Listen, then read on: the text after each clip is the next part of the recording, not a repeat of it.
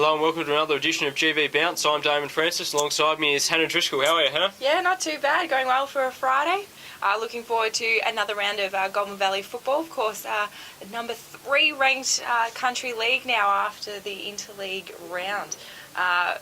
Coming off lost against Geelong, but they were very good by all reports. Yeah, a little bit disappointing. We've had to console our sports editor Mark all week, but come Thursday he was back into it again. Excited for another round of GV footy, and that's what we're going to look at today. Yeah. So we're going to start with Goulburn and Shepparton Swans, and a really interesting game. Goulburn going for 5 in a row. They've been in really good form and looking great, but the Swans up and down is probably the best way to describe them at the moment. But the big news out of this game is Tyson Sidebottom. Yeah, very sad news for the Swans this week. He's come away with a calf tear, which is looking like it's going to rule him out for 8 weeks, we're being told, which is a pretty significant length of time for the Swans. They're coming to a really important part of the season, so it'll be interesting to see how their midfield reacts without him there. Yeah, a little bit more responsibility on guys like Jesse Finnan, I suppose. And Chris Turner also out of that side, so another midfield rotation probably down a little bit. So interesting to see how they go, but look, I think Goulburn will get the job done. They're really flying at the moment, and important game for the Swans, and they have been better against the better sides. So look, maybe they're in this one. What do you think? Yeah, look, as I said last week, I saw them against Rochester and they were fantastic, but disappointing against Benalla last week. So it'll be interesting to see how they come out of this bye and how well they can bounce back.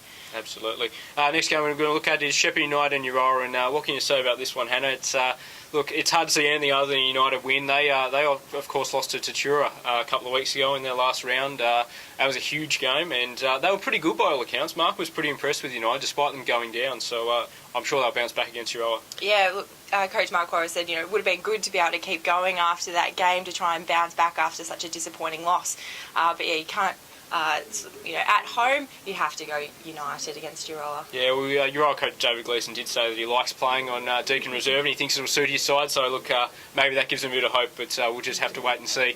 Next game we're on to is Seymour and Shepparton, and again, you'd have to see Seymour winning this game. Shep have had their battles this year, but look, Seymour aren't the sort of side to really put teams away, so maybe Shep will feel like they've got a chance if they can stay in this one for a decent patch. Yeah, and Shepparton did, from what we could see, took a step forward in their last game against Goulburn. It was 29 points, which has been not a bad result considering how they've gone early in the season. But yeah, wet weather football too could play a bit of a role in this one. Seymour's coach Shane Robertson obviously looking forward to seeing how a couple of his perhaps smaller players go in the wet conditions. But yeah, certainly I'll be tipping Seymour at home. Wet weather's certainly a bit of a leveller, and it will be across all grounds this weekend, I think. Rochester and Mansfield's next, and another really big game. Look, Mansfield, how they're 0-6, no one quite knows, particularly not Fraser Stevenson. No. He's been a devastated man in recent weeks. They've come so close, but maybe they can get across the line against Rochester this weekend. What do you think? Yeah, their losing margin is by something ridiculous. It's 14 points or something across the average for all their games. So they have been within striking distance, just haven't been able to finish it off. They did have a couple of injury concerns out of their last match, but from what we can understand, they've got a couple of those guys back. Stevenson's into play. Sure. Mitch Wareham, though, hasn't been named, so it'll be interesting exactly what their lineup is tomorrow. And probably the biggest news of all is Josh Fraser has been named to the ruck, but we reckon he'll play at full forward. Yeah, he's been pretty comfortable there for the most of the year, but you never know, might be looking to shake things up to see maybe that might be where the difference can be made. Absolutely, and just on Rochi's side, Jay Brain in, Jay Brain out. James Brain injured in the interleague clash last week and expressed his disappointment on Twitter that he won't be able to play alongside his brother, Jed, who's coming into the side this week, but I'm sure they'll play together in the future. A couple of really good players in there. Yeah, a couple of good recruits for Rochi this year.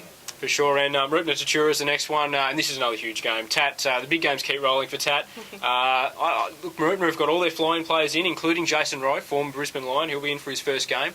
I've tipped Marubna. Have I done the wrong thing, Hannah?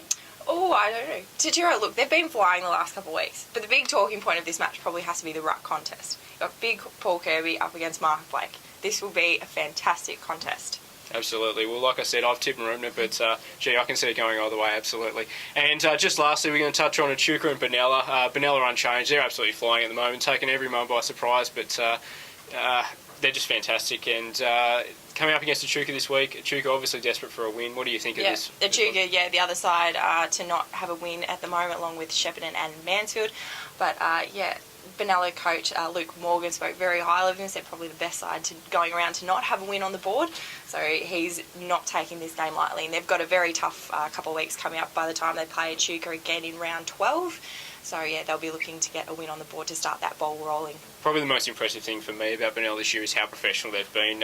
In games that they're not expected to win and in games that they are expected to win, they seem to just show up and get the job done in a pretty professional way each week. So I'd expect them to do the same again this weekend, but we'll see. Yeah.